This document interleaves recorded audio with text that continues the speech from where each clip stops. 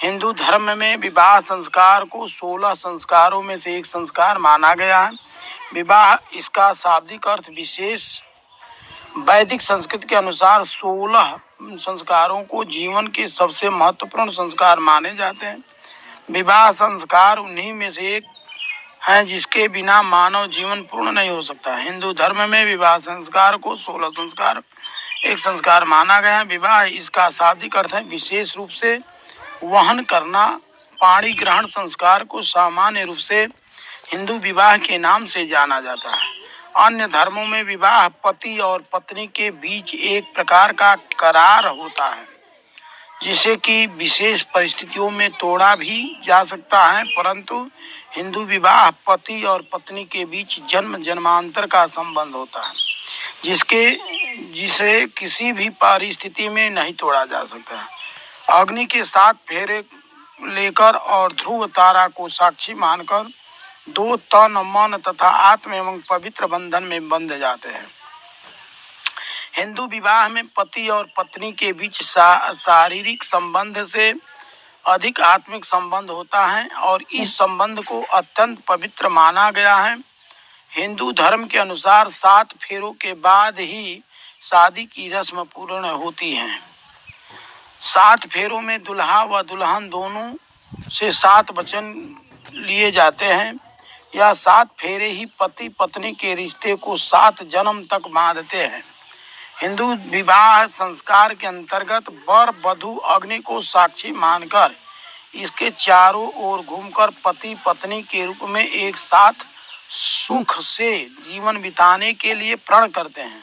और हिंदू ब्रह्म विवाह में धर्म अर्थ काम मोक्ष 4 फेरे होते हैं, जिसमें 3 बार कन्याएं फेरे लगाती हैं और 1 बार पति लगाता है। उसे ही 7 फेरे के स्वरूप माना जाता है, जिसे सप्तपदी भी कहा जाता है। और यह 7 फेरे या 7 पद 7 वचन के साथ लिए जाते हैं।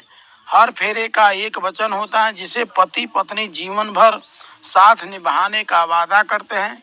यह 7 फेरे ही हिंदू विवाह की स्थिरता का मुख्य स्तंभ होता है।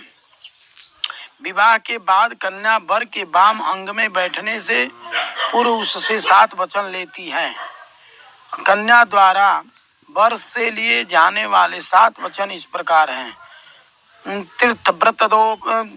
तीर्थव्रतोदापन यज्ञ कर्म मया सहैव प्रियं वयं कुर्या वामांगा मायामी तदा त्वदीयं ब्रवीत वाक्यं प्रथमं कुमारी। यहाँ कन्या वर से कहती हैं कि यदि आप कभी तीर्थ यात्रा को जाओ तो मुझे भी अपने संग लेकर जाना। कोई व्रत उपवास अथवा अन्य धर्म कार्य आप करें तो आज की भांति ही मुझे अपने वाम भाग में अवश्य स्थान दें।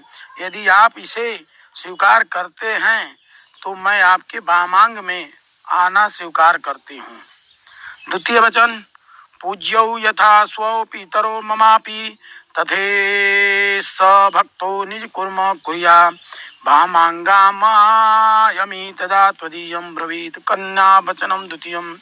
कन्या वर से दूसरा वचन मांगती हैं कि जिस प्रकार आप अपने माता पिता का सम्मान करते हैं उसी प्रकार मेरे माता पिता का भी सम्मान करें तथा कुटुंब की मर्यादा के अनुसार धर्म अनुष्ठान के करते हुए ईश्वर भक्त बने रहे हैं तो मैं आपको वामांग में आना स्वीकार करती हूँ। तृतीय वचन जीवनम अवस्थात्रय में मम पालानां कुर्यात वामांगां गयामि तदा त्वदीयं ब्रवीत। कन्या वचनम तृतीयम। तीसरे वचन में कन्या कहती हैं कि आप मुझे ये वचन दें कि आप जीवन के 3 अवस्थाओं युवावस्था प्रौढ़ावस्था वृद्धावस्था में मेरा पालन करते रहेंगे तो ही मैं आपके वामांग में आने को तैयार हूँ। चतुर्थ वचन कुटुंब संपालन सर्व कार्यम कर्तु प्रतिज्ञा यदि खातम कुर्या वामांगा मायामी तदा त्वदीयं ब्रवीत। कन्या वचनम चतुर्थम। कन्या चौथा वचन ये मांगती हैं कि अब तक आप घर परिवार की चिंता से पूर्णतः मुक्त थे, अब जब कि आप विवाह बंधन में बंधने जा रहे हैं तो भविष्य में परिवार की समस्त आवश्यकताओं की पूर्ति का दायित्व आपके कंधों पर है। यदि आप इस भार को वहन करने की प्रतिज्ञा करें तो ही मैं आपके वामांग में आने को तैयार हूँ। विवाह पश्चात कुटुंब पोषण हेतु पर्याप्त धन की आवश्यकता होती है। इस वचन द्वारा यह स्पष्ट है कि पुत्र का विवाह तभी करना चाहिए जब वो अपने पैरों पर खड़ा हो, पर्याप्त मात्रा में धनार्जन करने लगे।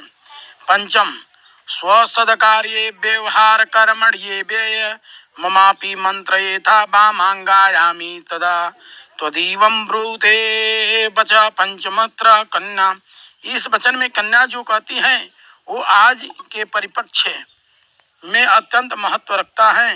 वो कहती है कि अपने घर के कार्यों में विवाह आदि लेन देन अथवा अन्य किसी हेतु खर्च करते समय यदि आप मेरी भी मंत्रणा लिए करें तो मैं आपके वामांग में आना स्वीकार करती हूँ। षष्ठम वचन, न मेपमानमं संविधे सखीनां दूतम न वा दुर्व्यसनम भंजचेत वामांगामयामि एतदा त्वदीयं ब्रवीत। कन्या वचनम षष्ठम, कन्या कहती है कि यदि मैं अपने सखियों अथवा अन्य स्त्रियों के बीच बैठी हूँ तब आप वहाँ सबके सम्मुख किसी भी कारण से मेरा अपमान नहीं करेंगे। यदि आप जुआ अथवा अन्य किसी प्रकार के दुर्व्यसन से अपने आप को दूर रखें तो ही मैं आपके वामांग आने की स्वीकार करती हूँ। सप्तम वचन, पर स्त्रियं मातृसमा समीक्षयं स्नेह सदा चेन्मयि कांतं कुर्या वामांगायां वामांग मायामी तदा त्वदीयं ब्रूते वचः। सप्तमत्रम कन्या, अंतिम वचन लड़की कन्या कहती है कि अंतिम वचन में के रूप में कन्या ये वर मांगती है कि आप पराई स्त्रियों को माता के समान समझेंगे और पति पत्नी के आपसी प्रेम के मध्य अन्य किसी को भागीदारी न बनाएंगे। यदि आप यह वचन मुझे दे तो मैं आपके वामांग में आना स्वीकार करती हूँ।